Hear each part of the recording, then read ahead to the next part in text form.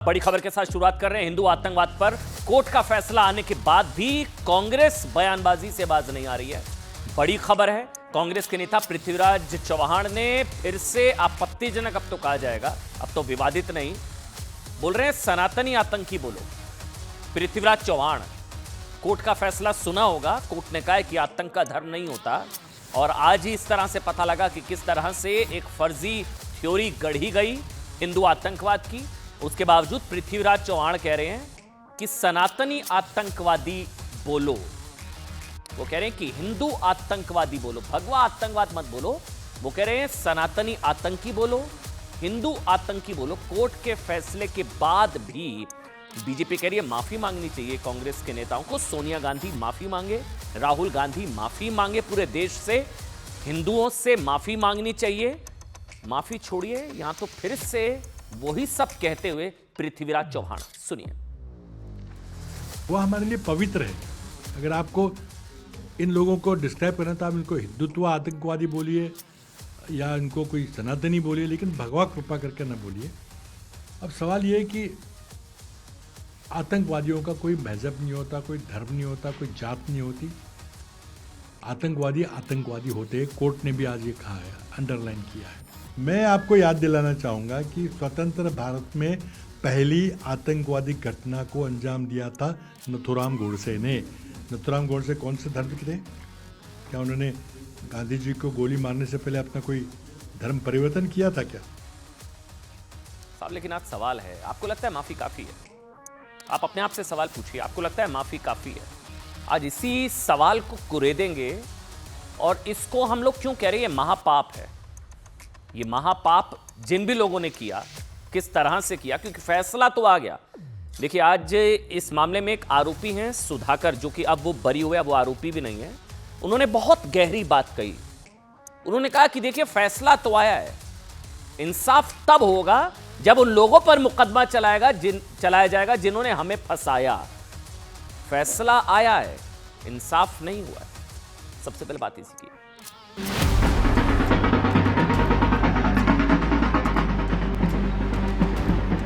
कांग्रेस प्रणीत UPA सरकार ने भगवा आतंकवाद, हिंदू आतंकवाद, ये नैरेटिव सेट करने के लिए षड्यंत्र रचा। प्रज्ञा ठाकुर की मोटरसाइकिल पर ही वो बॉम्ब रखा गया, आरडीएक्स मिलिट्री ग्रेड। हिंदू आतंकवाद को देश के ऊपर जबरन थोपने का जो कांग्रेस पार्टी का षड्यंत्र था, वो आज धराशायी हो गया। फैसला है, इंसाफ नहीं है। भगवा को आतंकवाद करने की साजिश थी। एक तरह से भगवा की जीत हुई है कि जो आरोपी हैं, जो जिन्होंने इतनी बड़ी घटना की है, उनको सजा मिलनी चाहिए। But saffron terror was quoted by Congress party. Saffron terror narrative, Mr. Gandhi, saffron terror narrative was given by Congress party. Hindu जो है वो टेररिस्ट नहीं होता है। इस देश में जितने टेररिस्ट हैं, उनका जो है एक ही धर्म है, इसीलिए वो प्रूफ हो गया। मालेगांव में कोर्ट का फैसला अवेलेबल है और इसका अपील आवश्यक होगा। भगवा आतंकवाद की थ्योरी रची गई, जिसके जनक हमारे मध्य प्रदेश के पूर्व मुख्यमंत्री दिग्विजय सिंह जी थे। कुछ लोगों के मंसूबे थे हिंदुत्व को और सनातन को, भगवा को बदनाम करने के। वो मंसूबे उनके अब फेल हो गए।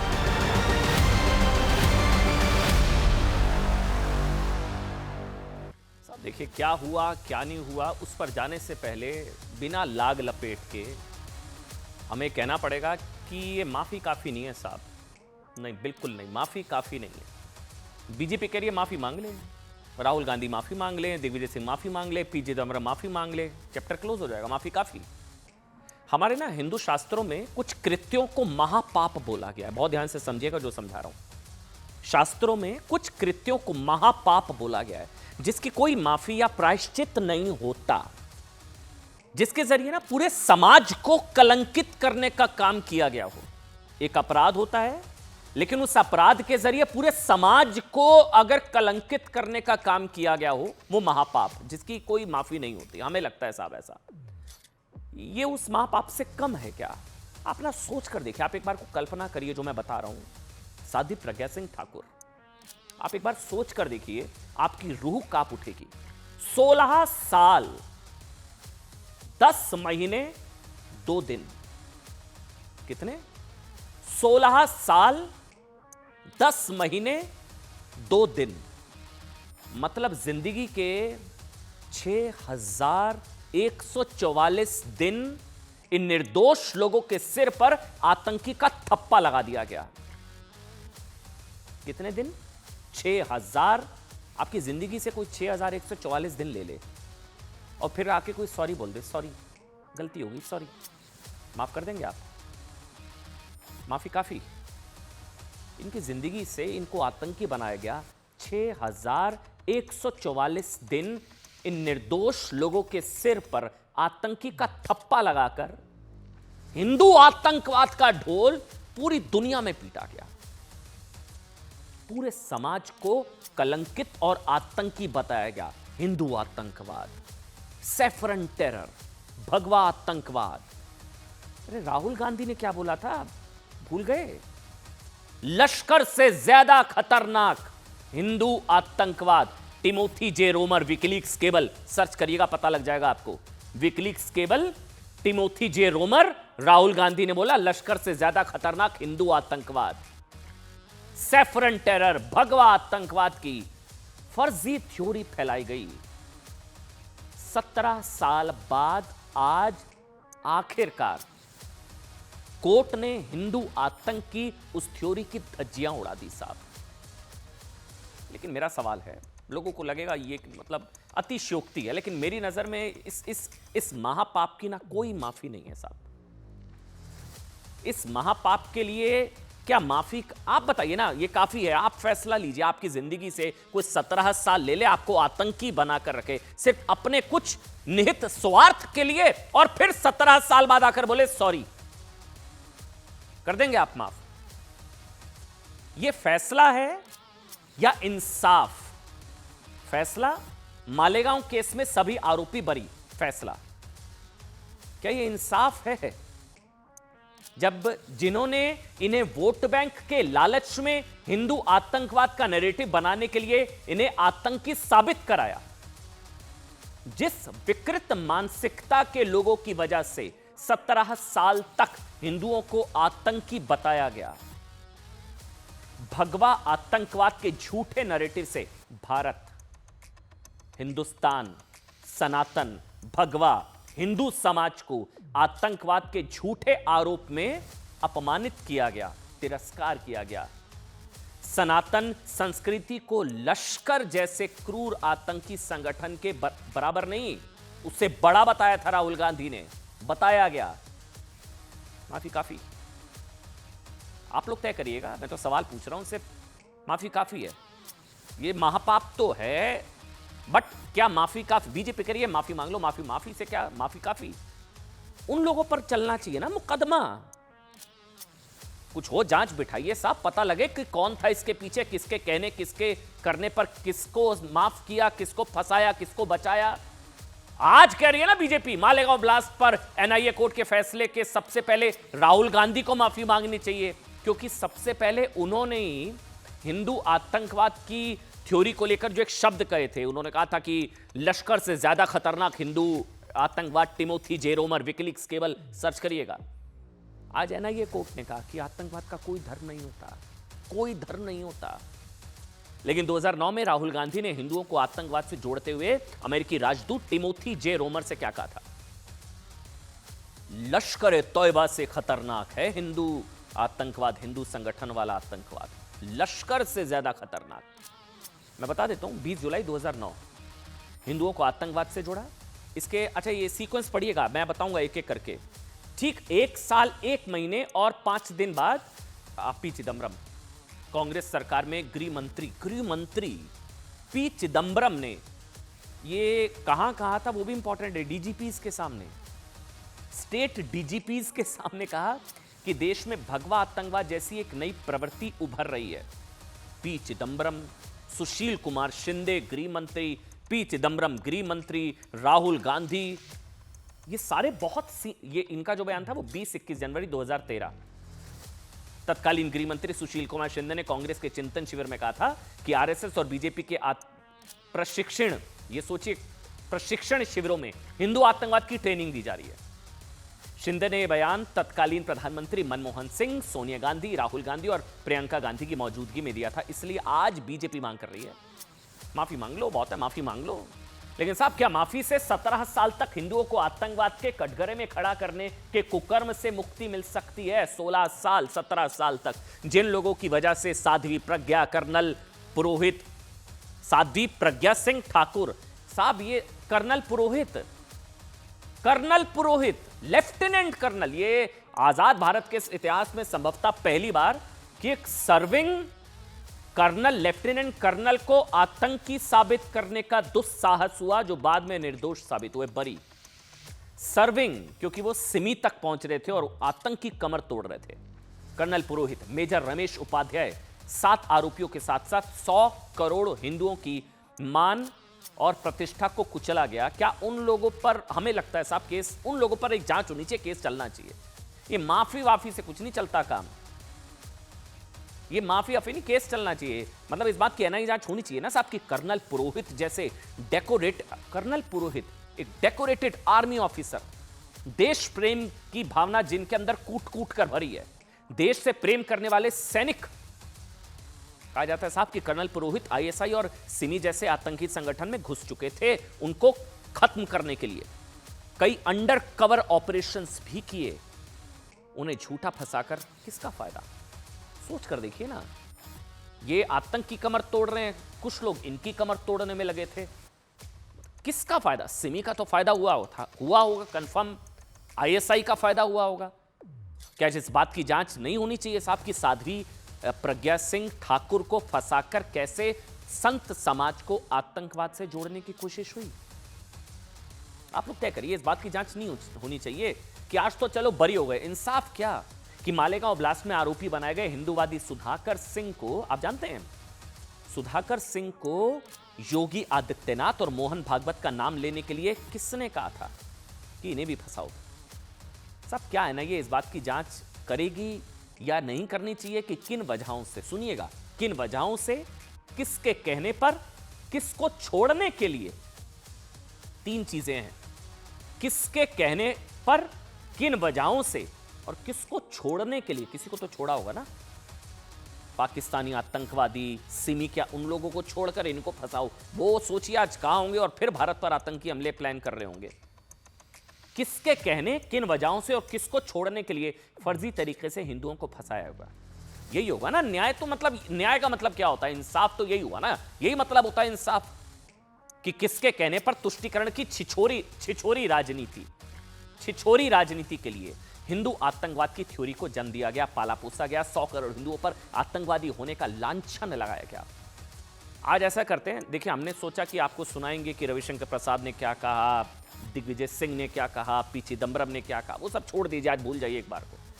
आज इन लोगों को सुनिए साहब, इन लोगों को सुनिए जिन्हें हिंदू आतंकवाद की थ्योरी को जन्म देने के लिए इन्हें बलि का बकरा बनाया गया। टॉर्चर की कहानी बताएंगे ना, साध्वी प्रज्ञा सिंह ठाकुर को कैसे टॉर्चर किया गया था, टॉर्चर किया और झूठे नैरेटिव से हिंदुओं को आतंकी बनाने की कोशिश हुई। एक एक शब्द को ध्यान से सुनिएगा इनके, सुनिए। I only will say that during all this fight, all my friends, my colleagues, especially the armed forces, my army, the way they stood by me.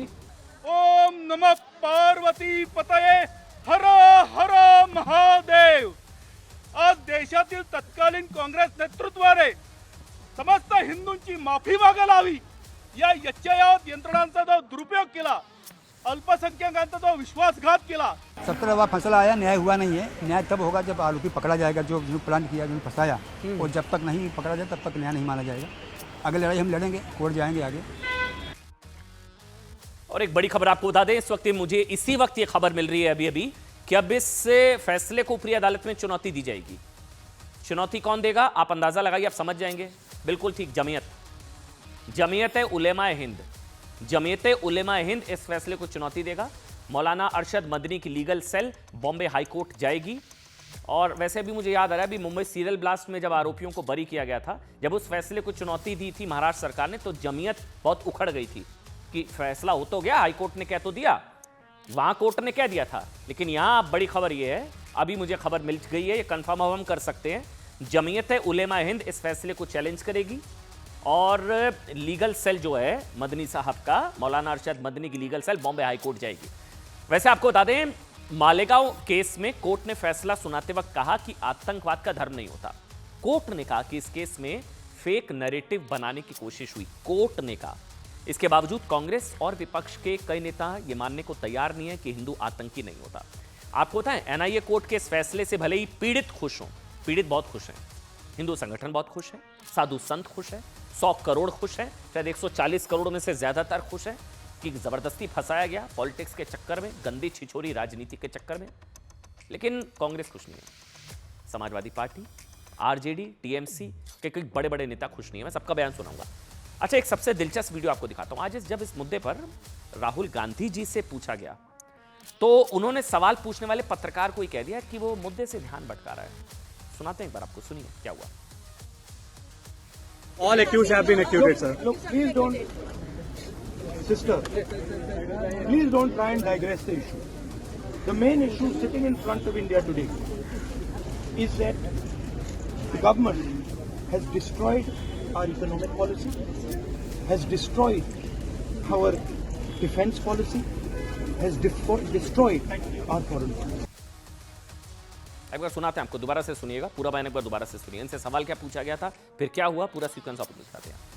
All accused have been acquitted, sir. Look, please don't, sister, please don't try and digress the issue. The main issue sitting in front of India today is that the government has destroyed our economic policy, has destroyed our defense policy, has destroyed our foreign policy. Digvijay Singh का reaction आ गया, बड़ी खबर है, दिग्विजय सिंह का reaction आ गया। दिग्विजय सिंह ने कहा कि सभी दोषी नहीं थे तो फिर दोषी कौन था? कांग्रेस के नेता हैं दिग्विजय सिंह, जिन्होंने हिंदू आतंकवाद पहले भी कहा था, हालांकि बाद में उन्होंने कहा कि मैंने तो कभी कहा ही नहीं। अब वो कह रहे हैं कि दोषी नहीं तो फिर दोषी कौन था? 10-10 लाख के इनामी 2 लोग आज भी फरार हैं। वैसे दोषी कौन था, ये तो देश जानना चाहता है। किन सिमी के आतंकवादियों को क्या छोड़ा गया, पाकिस्तानी आतंकवादियों को छोड़ा गया, बेचारे हिंदू लोगों को फंसाने के चक्कर में दिग्विजय सिंह भी शायद वही जानना चाह रहे हैं कि सभी दोषी नहीं थे, फिर दोषी कौन था। एक बार सुनिए क्या कुछ कहा दिग्विजय सिंह ने। 8 सितंबर 2006 मालेगांव में ब्लास्ट हुआ मस्जिद में, 37 लोग मरे, लगभग 100 से ज़्यादा लोग घायल हुए। 9 लोगों पर केस चला अपराधी के रूप में और पूरे 9 लोगों को दोषमुक्त कर दिया गया। घटना तो हुई है, तो इसमें दोषी कौन था? ये ना तो इसका उत्तर सरकार दे रही है, ना पुलिस दे रही है, ना इन्वेस्टिगेशन एजेंसी ने जो केस बनाया था। सबसे आपत्तिजनक बयान कांग्रेस के नेता पृथ्वीराज चौहान का है। उन्होंने कहा कि इसे भले ही भगवा आतंकवाद ना बोलो, लेकिन हिंदू आतंकवाद या सनातनी आतंकवाद जरूर बोलना चाहिए।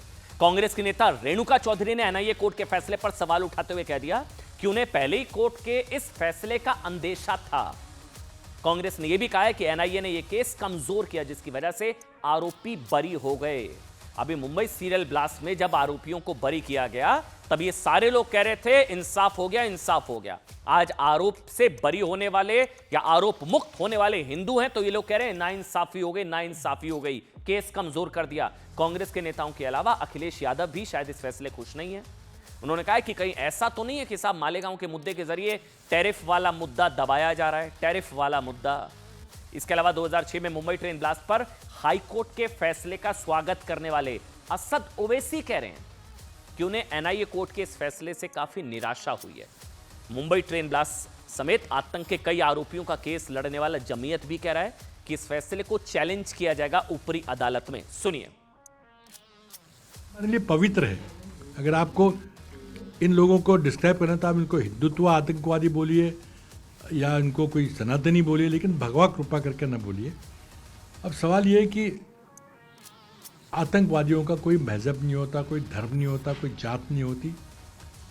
आतंकवादी आतंकवादी होते हैं। कोर्ट ने भी आज ये कहा है, अंडरलाइन किया है। जो दोषी हों उनको सजा मिलनी चाहिए। आम जन भावना यही है देश की कि जो आरोपी हैं, जो देश जिन्होंने इतनी बड़ी घटना की है, उनको सजा मिलनी चाहिए। रिपोर्ट मेरी जानकारी में नहीं है, मैं डिटेल में रिपोर्ट नहीं पढ़ी। इसमें इन्वेस्टिगेशन बहुत गलत हुआ।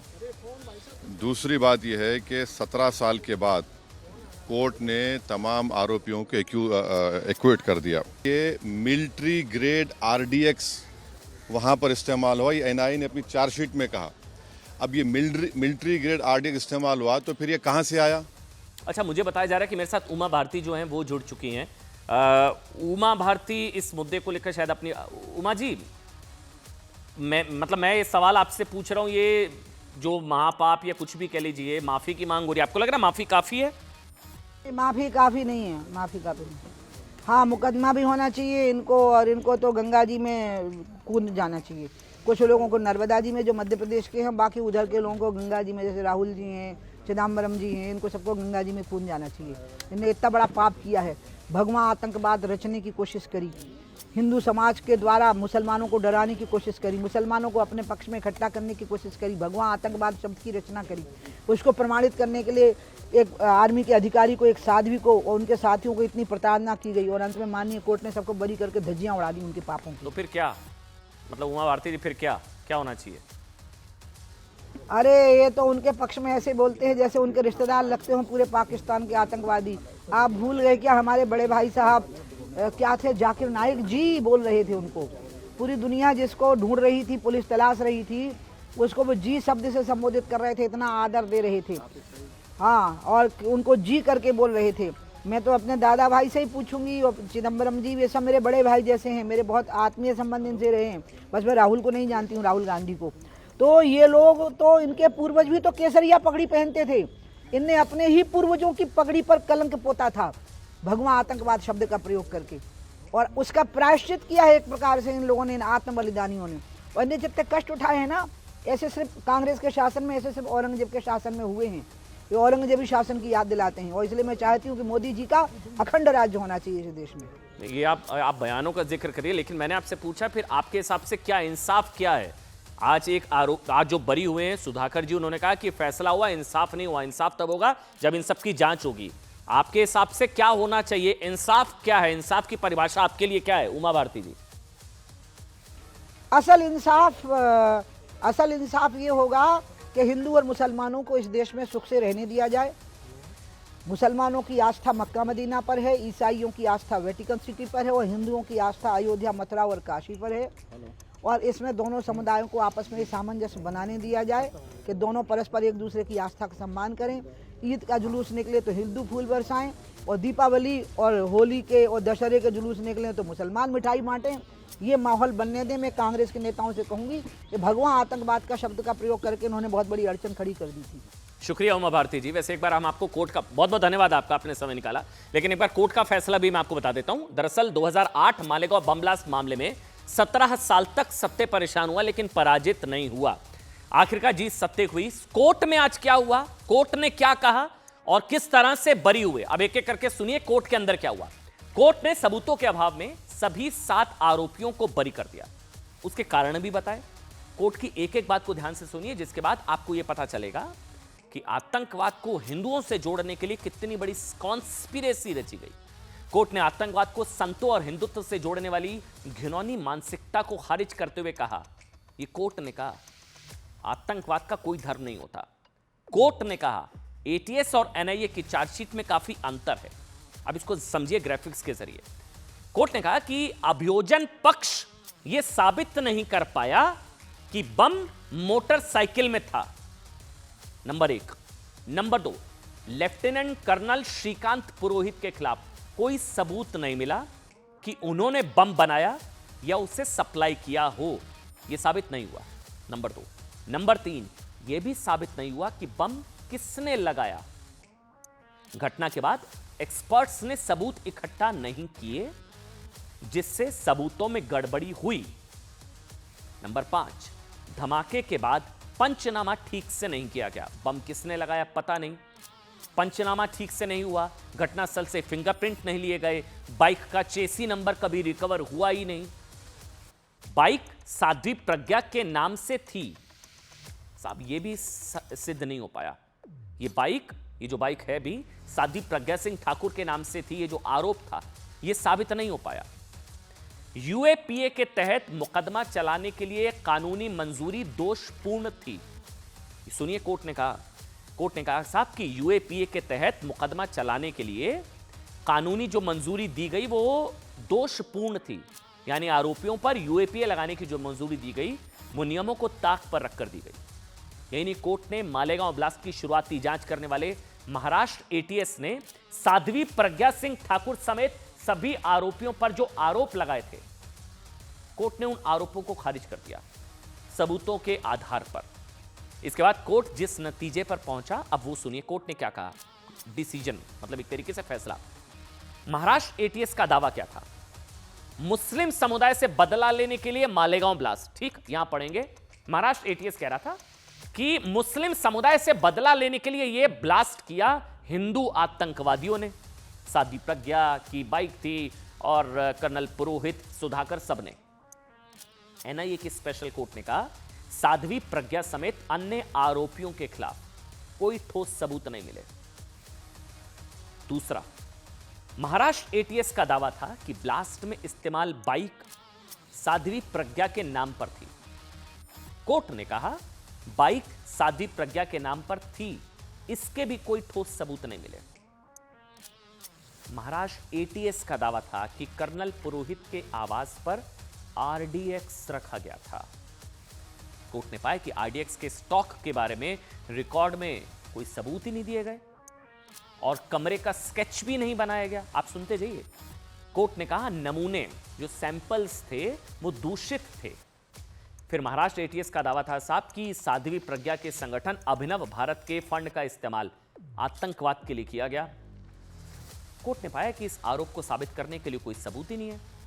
यानी 17 साल बाद आज जो बात एनआईए स्पेशल कोर्ट ने कही, वही बात आप सुनिए कल गृह मंत्री अमित शाह ने सदन में कही थी कि हिंदू कभी आतंकवादी नहीं हो सकता। कल अमित शाह ने संसद में कहा हिंदू कभी आतंकवादी नहीं हो सकता और आज कोर्ट का यह फैसला आ गया। सुनिए। मैं आज दुनिया के सामने, देश की जनता के सामने गर्व से कहता हूं कि हिंदू कभी टेररिस्ट नहीं हो सकता। हम कभी टेररिस्ट नहीं हो सकते। क्या कहना चाहते हैं? फर्जी टाइप के केस बनाए, एक भी केस अदालत में नहीं टिका। देशभक्त संगठनों पर आरोप लगाए आपने सिर्फ आपकी छिछोरी राजनीति के लिए, क्षुल्लक फायदे के लिए। और फिर क्या कर लिया? फिर भी हार गए। हारे तो ना। और अब हर रोज कह रहे हैं कि आप हमेशा है नहीं, आप हमेशा नहीं रहेंगे, आप हमेशा का तो मुझे मालूम नहीं साहब। मैं 61 का हुआ हूं। 14 से 30 साल तक भारतीय जनता पार्टी की ही सरकार रहने वाली है। साहब 2006 से 2013 के बीच एक ऐसा वक्त आया, इस चीज को ध्यान से समझिएगा, जब हमारे हिंदू बहुल देश में हिंदुओं को ही बदनाम करने के लिए उन पर आतंक की मोहर लगाने की कोशिश कई बार की गई। उस वक्त देश में कांग्रेस की सरकार थी, मनमोहन सिंह देश के प्रधानमंत्री थे। 2010 में तत्कालीन गृह मंत्री पी चिदंबरम ने भगवा आतंकवाद शब्द का इस्तेमाल करते हुए उन्होंने कहा, फिर दिग्विजय सिंह की तरफ से कहा गया, फिर राहुल गांधी की तरफ से कहा गया, जब टिमोथी जे रोमर से कहा गया, एक एक करके इस तरह के लगातार बयान दिए गए। लेकिन आज मेरे ख्याल से समझने वाली चीज ये है कि हिंदुओं को फंसाने से बड़ा सवाल शायद ये है किसको बचाया गया। सवाल सिर्फ मालेगांव धमाके का नहीं है, बल्कि Samjhauta blast, Hyderabad Mecca Medina blast, Ajmer धमाकों को लेकर भी है, जिसमें भी इसी तरह से असल आरोपियों को छोड़ा गया। असल आरोपी पाकिस्तान के आतंकवादी, सिमी के आतंकवादी, उनको छोड़ा गया। हिंदू आतंकवाद को फंसाने के चक्कर में या हिंदुओं को फंसाने के चक्कर में, उस थ्योरी को मजबूत करने के लिए हिंदुओं को आतंकी बनाने की साजिश हुई। मतलब इसको समझिए, हिंदुओं को फंसाया लेकिन किसे बचाया, यह जानना बहुत जरूरी है। जो वैसे भी कह रहे हैं फिर किसने किए धमाके। आज प्रेस कॉन्फ्रेंस में रविशंकर प्रसाद ने भी इसी मुद्दे को उठाया। और बताया कि कैसे सिमी और पाकिस्तान के आतंकवादियों को छोड़ दिया गया सिर्फ हिंदुओं को फंसाने के लिए। मैं आपको बताता हूं कुछ जानकारियां, फैक्ट्स। 2008 में हुए मालेगांव ब्लास्ट मामले की शुरुआती जांच में महाराष्ट्र एटीएस और सीबीआई ने कई मुस्लिम संदिग्धों को गिरफ्तार किया था, लेकिन 2011 में एनआईए ने जैसे इस मामले की जांच शुरू की, वैसे ही एक एडिशनल चार्जशीट दाखिल की, जिसमें साध्वी प्रज्ञा, कर्नल पुरोहित जैसे कई हिंदुत्ववादी चेहरों को इसमें आरोपी बनाया गया और पहले से गिरफ्तार मुस्लिम आरोपियों को रिहा कर दिया गया। ये सिर्फ मालेगांव की बात नहीं है। इसी तरह आरोप यह भी है कि 18 फरवरी, जिसका दावा रविशंकर प्रसाद ने भी किया, 18 फरवरी 2007 समझौता ब्लास्ट में एसआईटी, सीबीआई, एनआईए की जांच में सिमी के 3 आतंकवादी पकड़े गए। सुनते जाइए, सिमी के 3, सफदर नागोरी, कमरुद्दीन नागोरी और आमिल परवेज। साहब आप हैरान हो जाएंगे, इन आरोपियों ने समझौता ब्लास्ट में अपनी भूमिका कबूल कर ली थी, लेकिन बाद में इन तीनों को छोड़ दिया गया और समझौता ब्लास्ट को भगवा आतंकवाद से जोड़ दिया गया। और सुनेंगे 11 अक्टूबर 2007 अजमेर बॉम्ब ब्लास्ट, वहां पर भी इसी तरह हिंदुओं को बदनाम करने की साजिश रची गई, यह आरोप। और इसका खुलासा तब हुआ जब इस मामले में भावेश पटेल नाम के एक आरोपी ने तत्कालीन गृह मंत्री सुशील कुमार शिंदे के ऊपर कुछ बड़े लोगों को फंसाने के लिए दबाव बनाने की बात कही थी। इसलिए मालेगांव ब्लास्ट मामले में कोर्ट का फैसला आने के बाद बीजेपी ने कहा कि सोनिया गांधी माफी मांगे, राहुल गांधी को देश से माफी मांगनी चाहिए। सुनिए। राहुल गांधी सच्चाई से भागते क्यों हैं आप? बोलिए, आप ही ने कहा था ना। तो आज जो कि Hindu terror is more deadly than Pakistani terror और लश्कर तैयबा, तो आप जवाब नहीं देंगे। बीजेपी की ओर से हम मांग करते हैं सोनिया गांधी, राहुल गांधी देश से माफी मांगे। 18 फरवरी 2007 को समझौता एक्सप्रेस ब्लास्ट हुआ था। इसमें सिमी के 2 मुखिया सफदर नागौरी ने अपनी भूमिका स्वीकार की थी और 2 पाकिस्तानी मुस्लिम आतंकवादी को पकड़ा गया था और बाद में उसको छोड़ दिया गया, क्योंकि मोड़ना था भगवा आतंकवाद की ओर। 11 अक्टूबर 2007 को अजमेर बम ब्लास्ट में हिंदुओं को बदनाम करने की साजिश कांग्रेस ने रची थी और उस समय के एक आरोपी भवेश पटेल ने केंद्रीय मंत्री सुशील शिंदे पर बड़े लोगों को फंसाने के लिए दबाव देने की बात कही थी। 17 दिसंबर 2010 को विक्की लीक्स ने राहुल गांधी की अमेरिकी राजदूत टिमोथी रोमर से 20 जुलाई 2009 को हुई बातचीत का ब्यौरा दिया। राहुल ने अमेरिकी राजदूत से कहा था, भारत विरोधी मुस्लिम आतंकवादियों और वामपंथी आतंकवादियों से बड़ा खतरा देश में हिंदू आतंकवाद है। आगे बढ़ेंगे और बात करेंगे ट्रंप के टैरिफ बम की।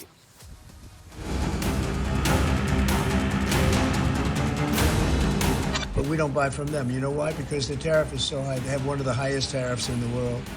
Now they're willing to cut it very substantially, but we'll see what happens. We're talking to India now. We'll see what happens.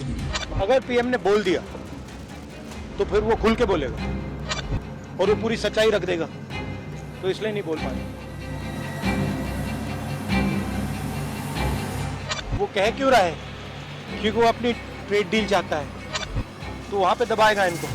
आप देखना कैसी ट्रेड डील बनती है। जंग के बारे में फिर से बोला है कि मेरे कहने से भारत और पाकिस्तान दोनों ने जंग रोकी, तो दोनों चीजों का जवाब सरकार को देना पड़ेगा।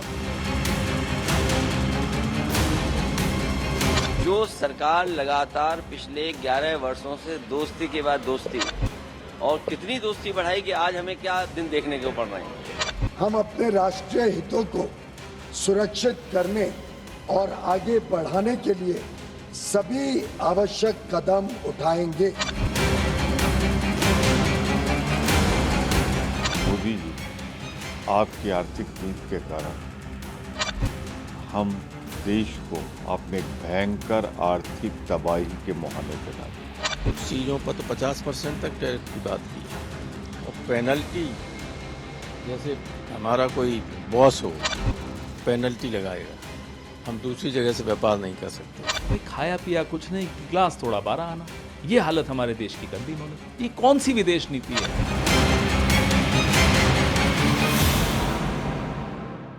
देखिए, कल ही ट्रंप ने कहा था कि अमेरिका भारत पर 25% टैरिफ लगाने जा रहा है। बड़ा बवाल हुआ, मोदी सरकार फेल हो गई, मोदी की डिप्लोमेसी कहां चली गई, आउडी मोदी का क्या हुआ। लेकिन साहब कुछ ही घंटे बाद ट्रंप का नया बयान आया कि हम टैरिफ को लेकर भारत से अब बात कर रहे हैं। 25% टैरिफ लगाने का फैसला फाइनल नहीं है, यानी कि जिस भारत के लिए ट्रंप ने कल कह रहे थे कि ये मरी हुई अर्थव्यवस्था है, मरी हुई, आज उसी भारत के लिए 25% टैरिफ पर यूटर्न के संकेत खुद ट्रंप दे रहे हैं। खैर छोड़िए सब, लेकिन ये बात एक सबूत है, क्योंकि भारत में भी कुछ लोगों को इंडियन इकोनॉमी मरी हुई लग रही है। राहुल गांधी को, उन्हीं की बात करेंगे। ये सबूत है साहब कि भारत की अर्थव्यवस्था डेड नहीं है, दमदार है, डायनेमिक है, डैशिंग है। लेकिन भारत की जिस दमदार इकोनॉमी का डंका दुनिया में बज रहा है, भारत के नेता विपक्ष एलओपी राहुल गांधी ट्रंप की जुबान बोल रहे हैं। ट्रंप कह रहे हैं Indian economy is dead, Rahul Gandhi कह रहे हैं ठीक ही तो कह रहे हैं, इंडियन इकोनॉमी इज डेड, मतलब इकोनॉमी को मरी हुई इकोनॉमी। ट्रंप तो समझ में आ रहा है वो क्यों कह रहे हैं, क्योंकि भारत ने झुकने से इंकार कर दिया। लेकिन राहुल गांधी क्यों ट्रंप की भाषा बोल रहे हैं? सवाल है कि राहुल गांधी किसकी टीम से खेल रहे हैं साहब, क्योंकि अर्थव्यवस्था तो साहब पूरे देश की है ना, वो तो पूरे भारत की है, भारत के सभी राज्यों की है। जब कोई कहता है कि भारत की अर्थव्यवस्था मरी हुई है, ये राहुल गांधी के शब्द हैं, मरी हुई है, तो इसका मतलब सिर्फ सरकार की नीतियां नहीं, सभी राज्य सरकारें, जिसमें शायद कांग्रेस शासित राज्य, देश के सभी कारोबारी, किसान, कर्मचारी, स्टार्टअप, युवा, उद्यमी सब फेल है ना।